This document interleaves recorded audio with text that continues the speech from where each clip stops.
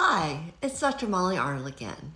Before I educate you more, I need to remind you this video is for educational purposes only.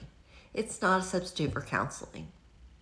I mentioned defensiveness last time, so I wanted to dig in more into what that means. I know that different people have different opinions about what defensiveness is. So let's look at an official definition. According to the Merriam-Webster Dictionary, being defensive means, number one, serving to defend or protect, and it also means, number two, devoted to resisting or preventing aggression or attack. Have you ever been accused of being defensive, but you didn't feel that way?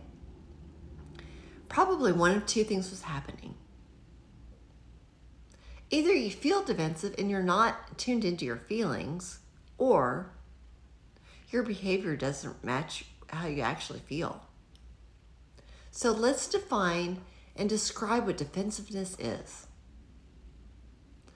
Defensiveness is a self-protective response.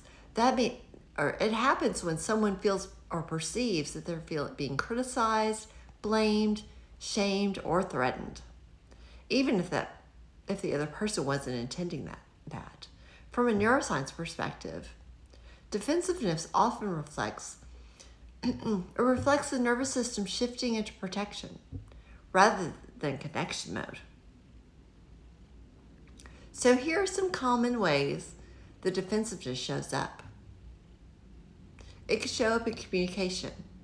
And communication looks like, number one, explaining instead of listening. For example, I only did that because blank.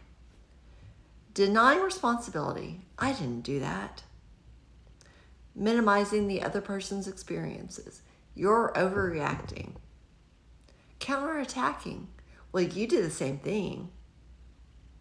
Blaming others. Well, if you hadn't done this, then I wouldn't have done that. Becoming argumentative over small details.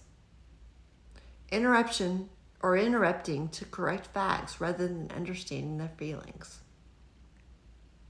So in body language, defensiveness looks like you're crossing your arms tightly, avoiding eye contact or glaring, tense jaw or shoulders, or it might look like sighing, eye rolling, scoffing.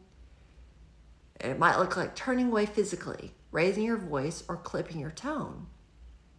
Underneath a person's defensiveness is often fear of failure, fear of shame, feeling misunderstood or feeling unappreciated, fear of rejection, fearing of losing connection with that person.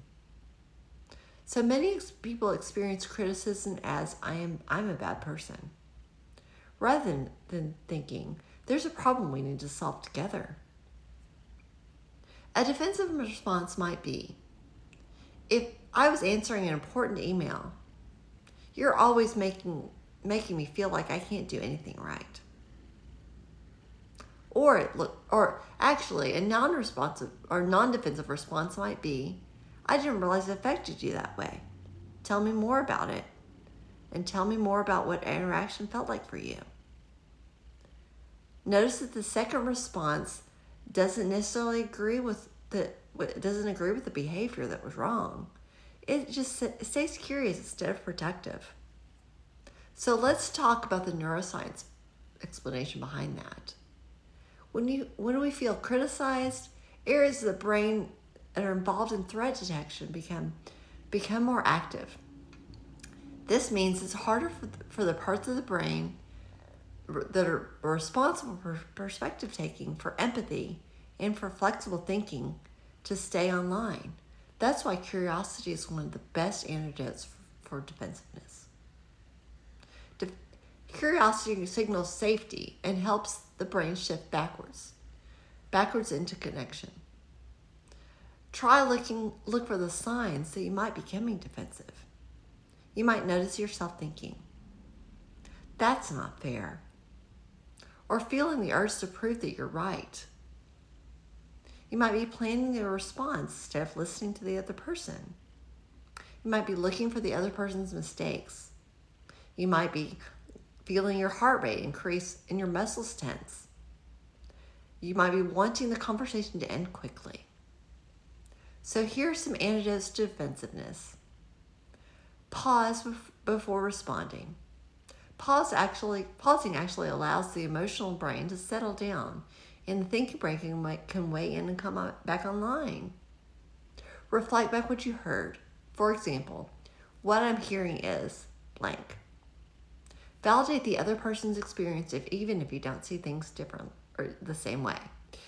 Please refer back to the video on validation if you're not sure. Take ownership for your part, no matter how small it is.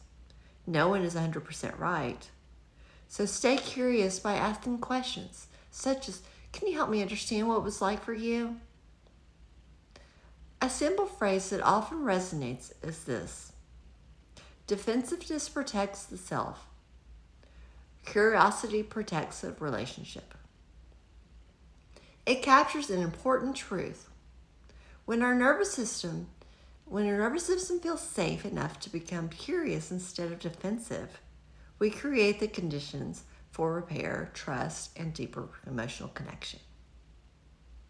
I hope this video was helpful to you. Please feel free to subscribe to my channel, or you can share it with someone else. Have a great week.